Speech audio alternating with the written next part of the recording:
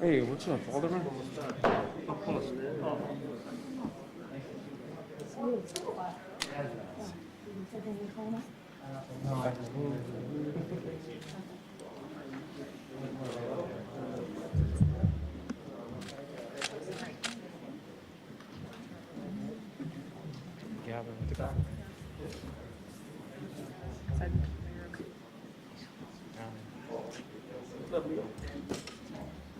We go, folks? Mayor, we good? Okay. All right. All right, ready, guys? All right, good afternoon, everyone. I'm Rich Gaitis, Executive Director of the Office of Emergency Management and Communications. I want to welcome you all to OEMC. Over the last year, the Vehicular Hijacking Task Force has operated out of the Operations Center here at OEMC, where they have direct access to cameras, including LPRs and critical information from our 911 floor. I'm very proud of the joint efforts made by the Chicago Police Department and the many federal, state, and local public safety agencies involved, including Illinois State Police, Cook County Sheriff's Office, and multiple bordering municipalities. OEMC provides the task force with the resources and technology that exists within our Operations Center, which allows for strategic oversight and coordinated response to incidents. The Operations Center is co-located on the same floor as our 911 Center. The close physical proximity of these operations allows for real-time information sharing and notifications.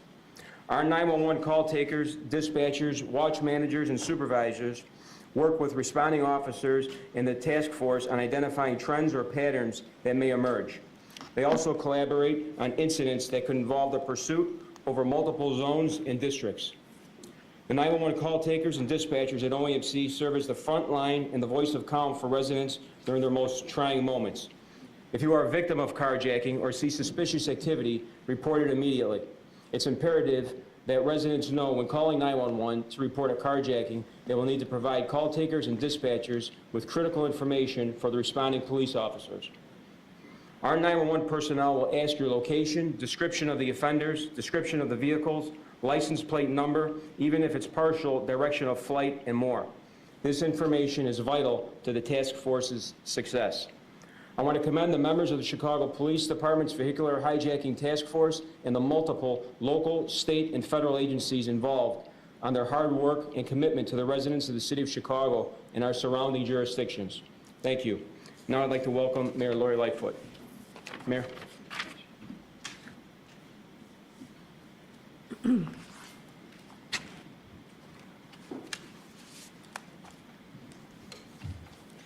Good afternoon, everyone, and thank you so much for being here. We're here to share an update on our efforts to combat the rise in vehicular carjackings.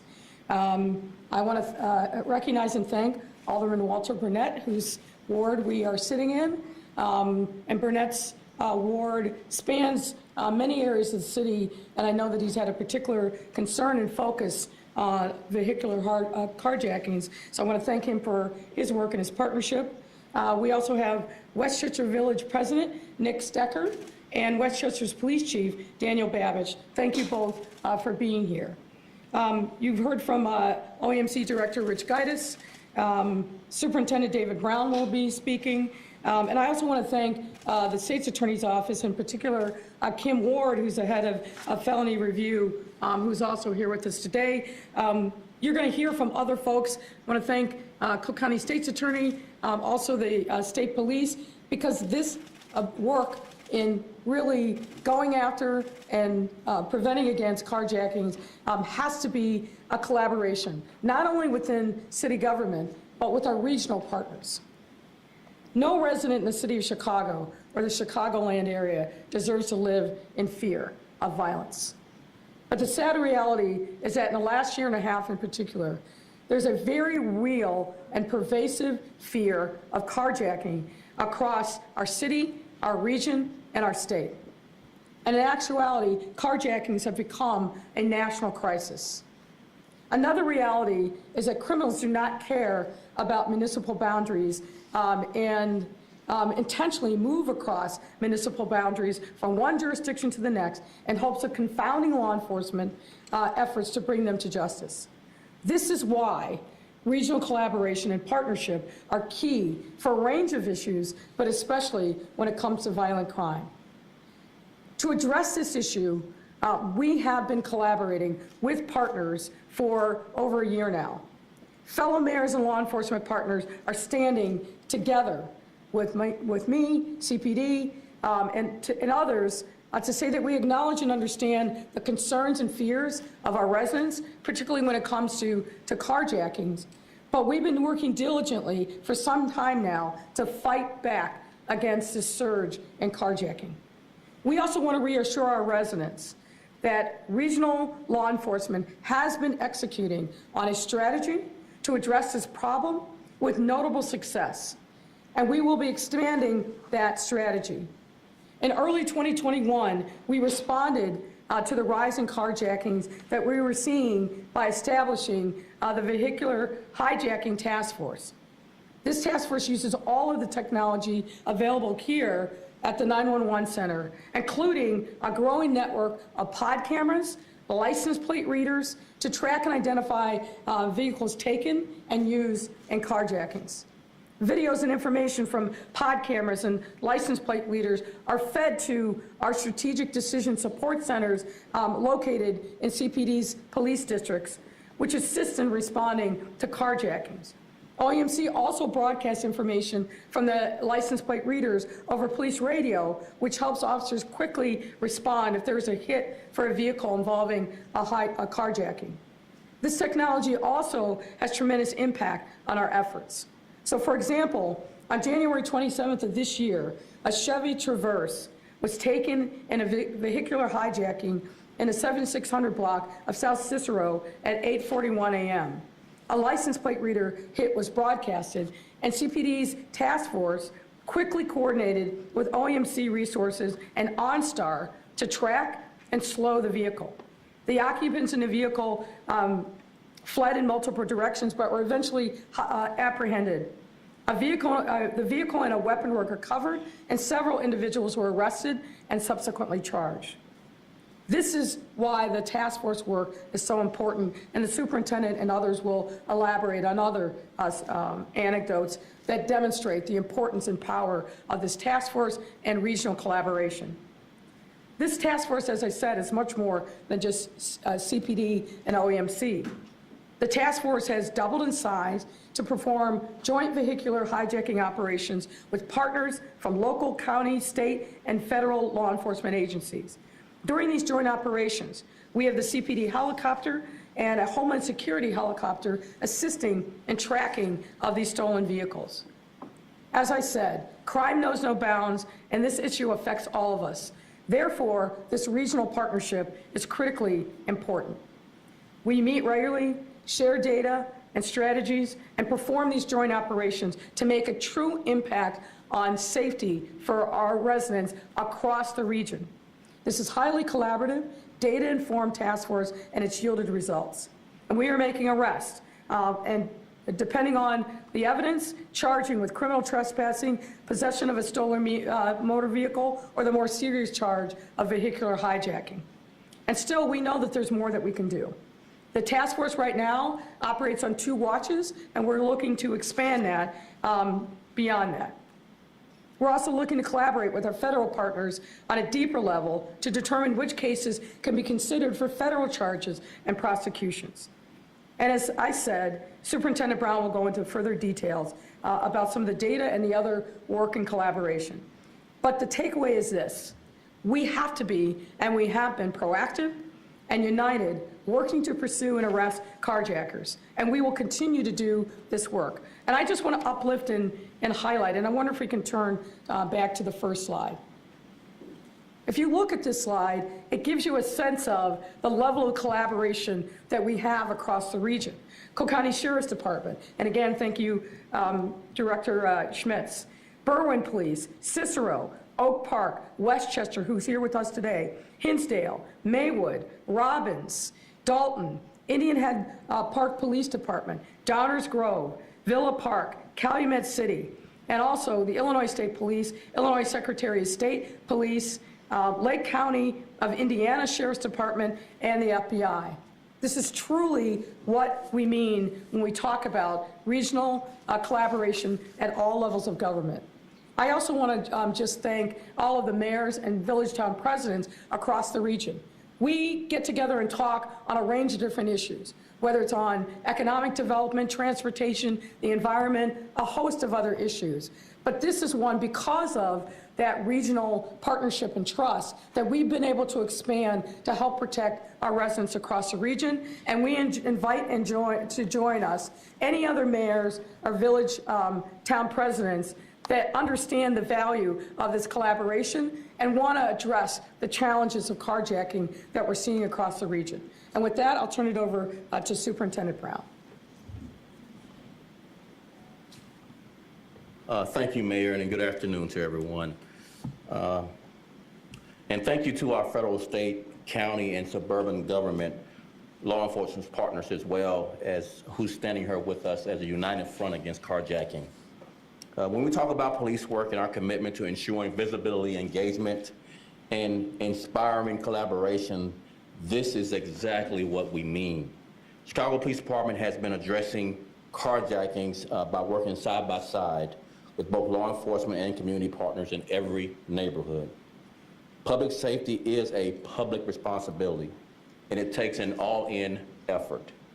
An effort that considers the sobering statistic that half of these arrests are juveniles, including children as young as 11 years old, and many are repeat offenders. That's why it is crucial that we address the root causes of violence and crime with robust community services. While there is much work to be done, we are making progress. So far this year, we've had 177 carjackings compared to 230 at this same time last year. That's a 23% reduction. We will not let up. We will be relentless. As Mayor Lightfoot said, we are expanding the Vehicular Hijacking Task Force to all 3 of our watches to address the overnight shift. Currently, we're on the day shift and evening shift, and now we're adding an overnight shift to the task force. We are also growing our citywide network of pod video cameras and license plate readers across the city. We have people on the ground, we have people in the air, in helicopters, tracking and arresting carjackers. Across the city of Chicago, our officers and detectives recently made several notable arrests. I'll recount 2. The first, on January 18th, 2022, a Honda Accord was taken in an aggravated vehicular hijacking in the 1400 block of West Farrell Avenue at approximately 6:10 a.m. Multiple license plate readers were hit and broadcast the car's direction. On January 26, our Vehicular Hijacking Task Force members working with OEMC tracked the vehicle, and several more license plate readers hit and broadcast several more locations. Officers in the 1st District located the vehicle and conducted a traffic stop in the 200 block of East Lower Racker Drive. An offender inside the vehicle discharged his weapon at an officer, at a Chicago police officer. Gunshots were exchanged, striking one of the offenders. 3 offenders were taken into custody. 2 weapons and the vehicle were recovered. 24-year-old Edgardo Perez was charged with 1 felony count of attempted first-degree murder, 1 felony count of unlawful use of a weapon, and 1 misdemeanor count of criminal trespass to a vehicle. 21-year-old Jesse Sanchez was charged in the same incident with 1 felony count of aggravated unlawful use of a weapon, 1 felony count of possession of a controlled substance, and criminal trespass to a vehicle. 20-year-old Noel Centino in the same incident was charged with 1 felony count of possession of a stolen motor vehicle and an issuance of a warrant. A second notable carjacking arrest. An 11-year-old boy who was previously been arrested for aggravated vehicle hijacking was arrested on January 26th by the Vehicular Hijacking Task Force after being identified as the individual responsible for a carjacking in the 11,000 block of South Harding Avenue on November 19, 2021. Officers observed this 11-year-old exited a Chevy Malibu that was reported stolen on November 13, 2021. The 11-year-old was charged with 1 felony count of aggravated vehicle hijacking with a weapon and criminal trespass to a vehicle. Let me just recount this repeat offender idea that we mentioned earlier. So just this 11-year-old, he was arrested November 26th for vehicular hijacking. He was arrested October 30th, 2021 for criminal trespass to a vehicle, July 6th, 2021 for criminal trespass to a vehicle, October 31st, 2020 for criminal trespass to a vehicle, June 30th, 2020 for criminal trespass to a vehicle, May 26th, 2020 for criminal trespass to a vehicle, again, June 27th, 2021 for possession of a stolen motor vehicle, June 27th, 2021 for aggravated fleeing, and October 31st, 2020 for vehicular hijacking, and again, June 27th for resisting obstructing a police officer. So this idea of resources for our young people is real. It is critical to our success. And now I'd like to turn it over to, we're looking at Assistant State's Attorney Kim Ward for comments. Kim?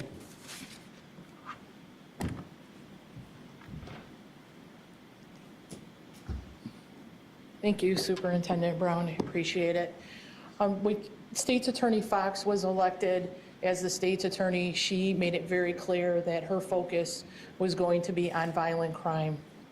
And one of those violent crimes that is prevailing in our communities is carjacking.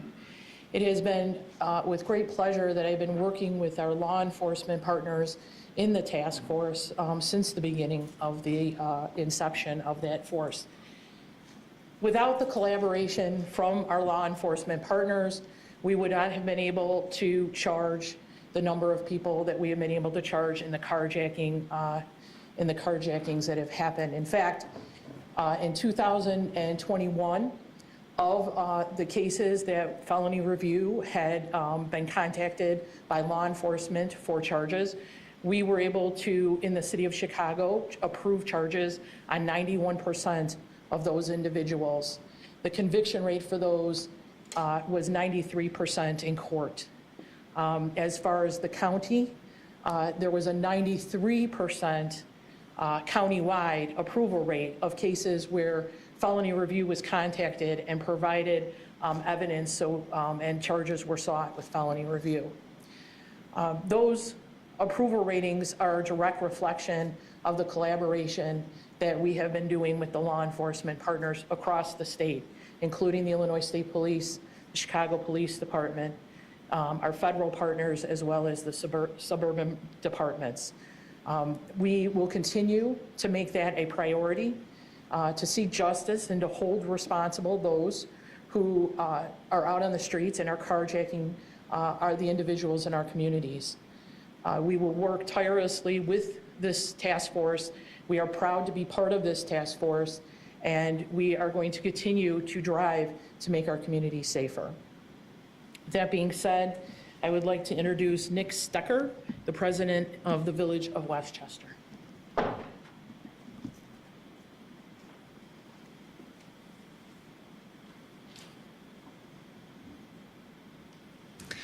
In 2020, our small bedroom community experienced 7 vehicular carjackings.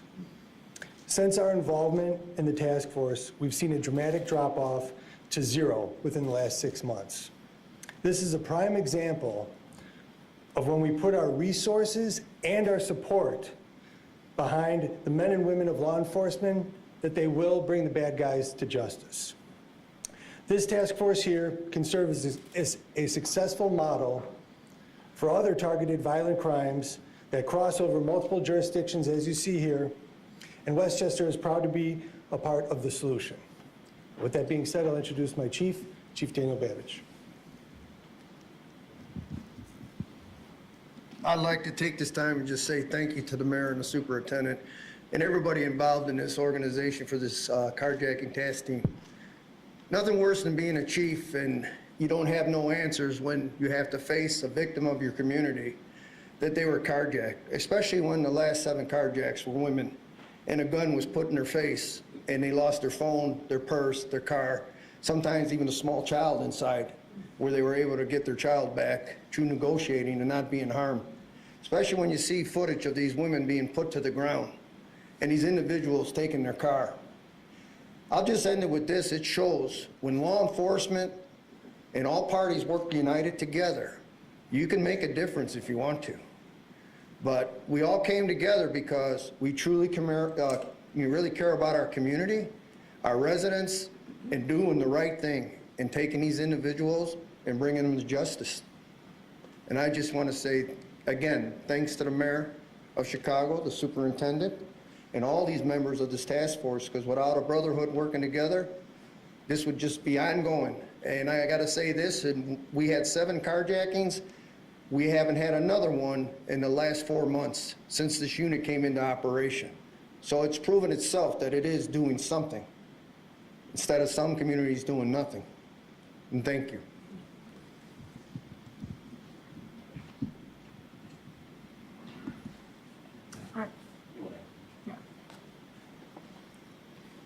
So I just want to pick up, before I answer questions, I want to pick up on the thing that the chief described.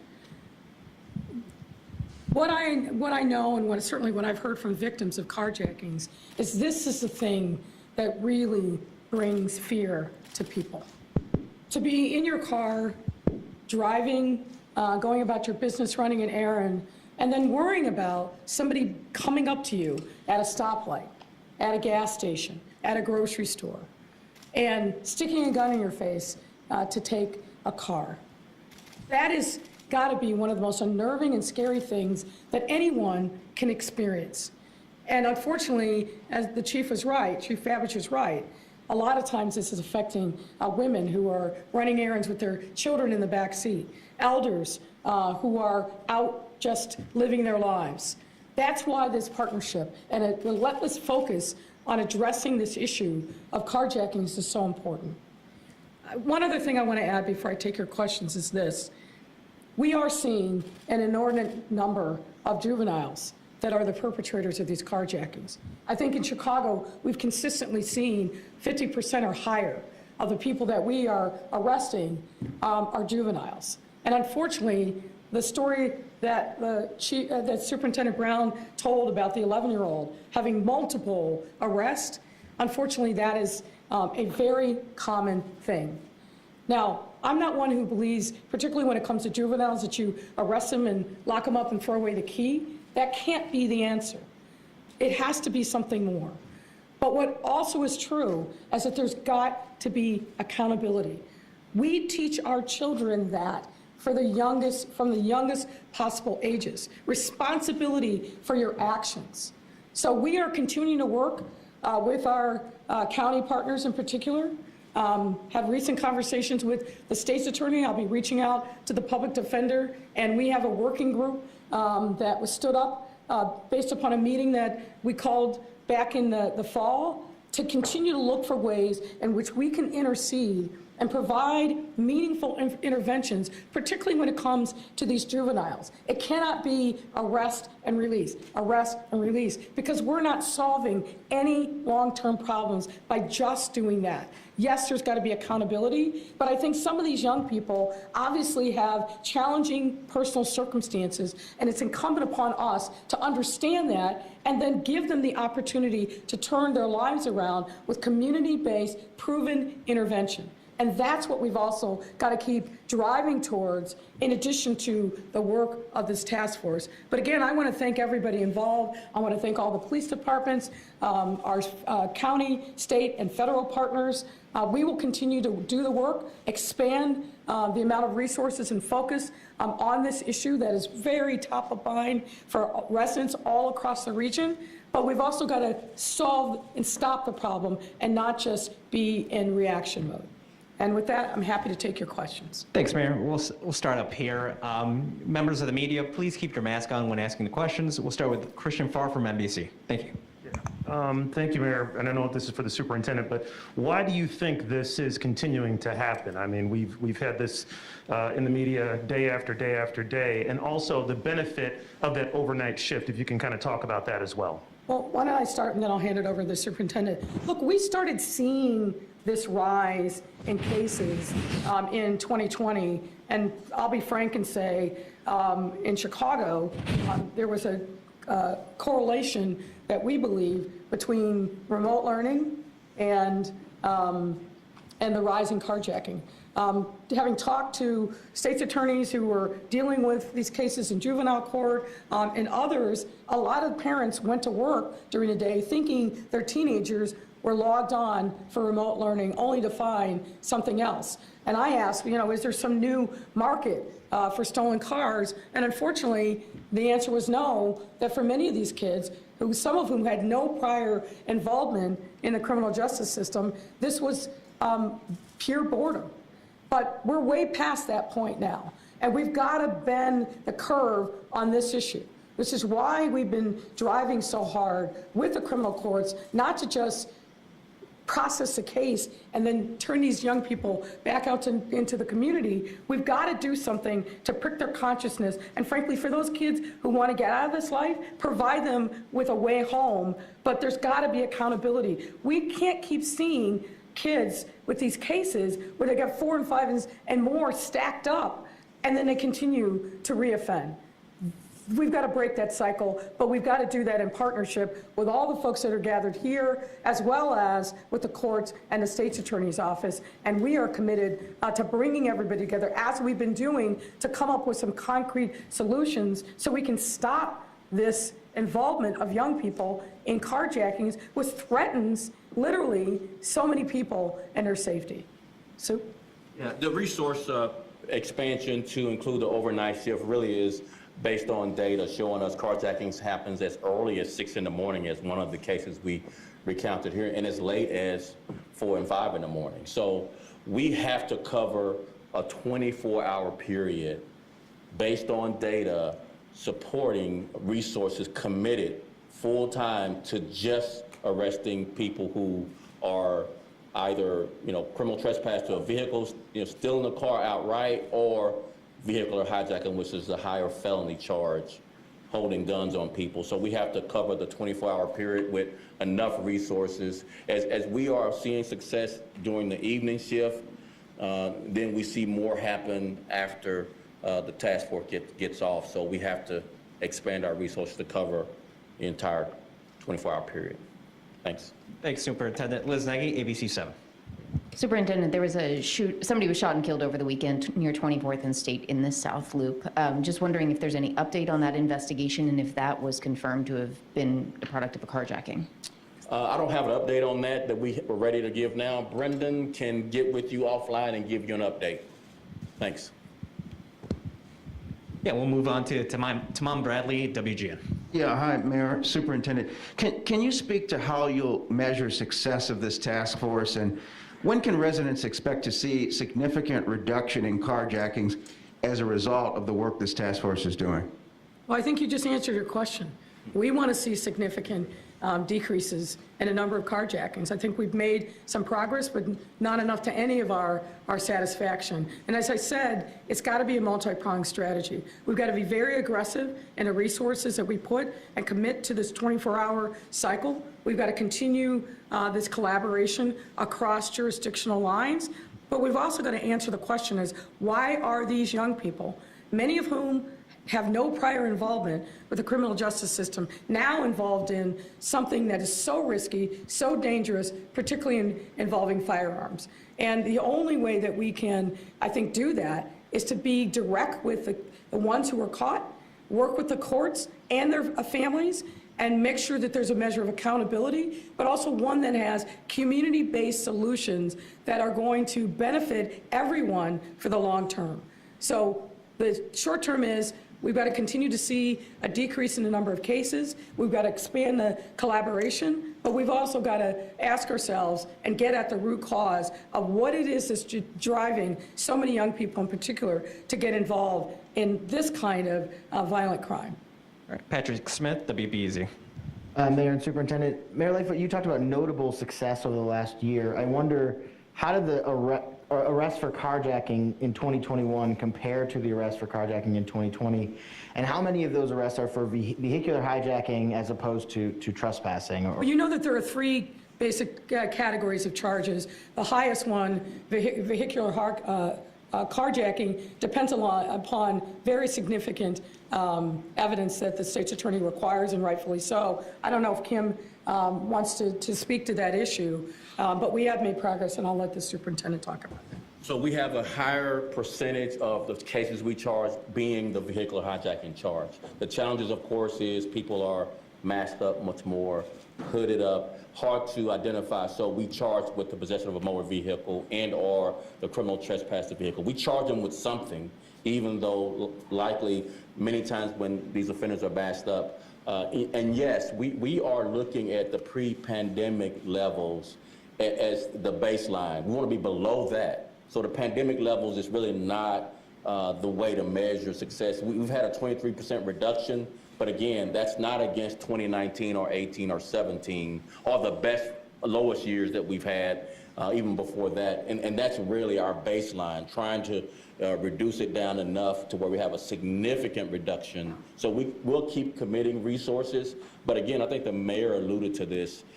A strong recidivism strategy is really the next levels of this. How do we get, which is half of the number, our young people away from this type of behavior? When they're arrested multiple times, we've had young people arrested in their home. We go and the parents help us, and they got this bag of fobs where they have multiple stolen car fobs.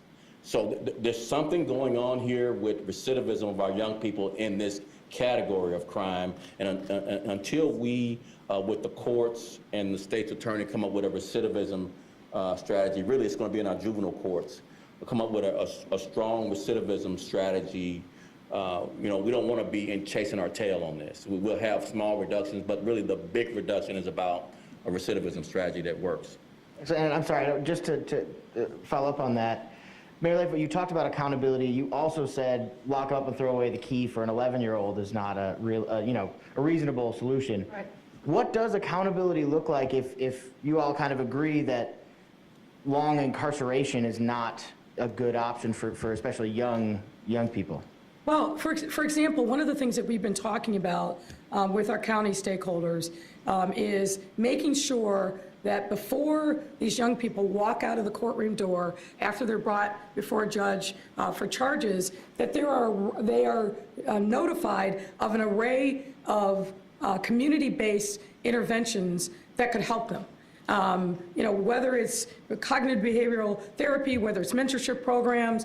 We have a program that we stood up in 2020 called SCAN that specifically is focused on justice-involved young people. So with ARP, we have expanded and are really trying to stitch back together the social safety net that got shredded through the pandemic, which frankly I think is a big cause of this uptick in violence, both in juveniles, but also in adults. But there's an array of things that are available literally in every neighborhood and across this region that we want to make sure gets in front of those judges, but also the public defenders and then the young people. Because I'm convinced that if we can make measurable progress, if we use the resources that are right now at our fingertips, but we haven't connected the dots, and we've got to have collaboration with the courts and the public defenders in order to be able to do that. I'm confident that we will make progress on this. And this is part of the working group. That's one of the agendas of the working group, is on this very issue. But the superintendent, I think, had said it succinctly. We can't have juveniles be part of the problem of recidivism. We've got to intervene before that happens. Thanks, Mayor. Amy Jacobson. Thanks. Superintendent Brown, I have a question for you. What do you recommend residents do to protect themselves? And do you think it's time to have people get their concealed carry permits and protect themselves that way? That's wrong-headed. More guns don't solve problems. Again, police are responding. We don't know if the citizen is someone participating in the crime who's armed, maybe very well intentioned, In every instance where you give the example of adding a gun to a situation, it makes it much more dangerous, less safe for all of us. But one of the things I would say as far as tips, we've said this repeatedly, and the district commanders in all of our districts put out crime prevention tips. Be aware of your surroundings, park in lighted areas, have a plan to park and return back to your car in an area that's well lit and well traveled.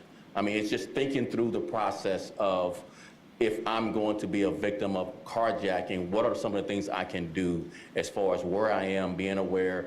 If you can, travel in pairs or more to where someone is with you. Have your cell phone and your packages secreted in a way where they're not easily stolen from inside your car. Don't make your car a target by having valuables inside the car. As well as, don't leave your car running. That seems simple. I said this last intentionally because this is the most important. The most prevalent area where we can, as all of us, reduce carjackings is not to start your car and leave it unattended running.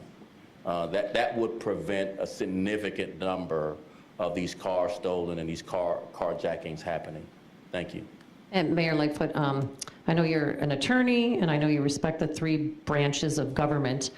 With this TRO that the judge signed in Sangamon County, with the restrictions, setting people free from wearing masks and quarantining, why is it that a collective bargaining agreement is in place? Well, I know that there's a collective bargaining agreement in place, and why are you ignoring the judge's order when it comes to this?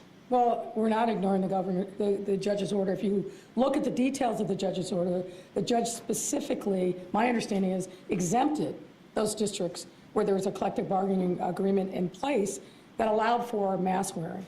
So we believe that while I don't agree with the judge's order overall, and the governor has obviously already spoken about the fact that he's going to ask the Attorney General to appeal it, the judge's order, as I understand it, and I haven't had the opportunity to look at it yet, but I will. The judge's order, as I understand it, specifically exempts collective bargaining agreements where there is an agreement between the school district and the union to allow for mask wearing. So we're, I think, completely consistent in the heartland with what the judge's order is.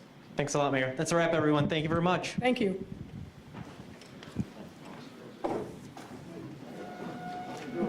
I didn't get a chance to meet you.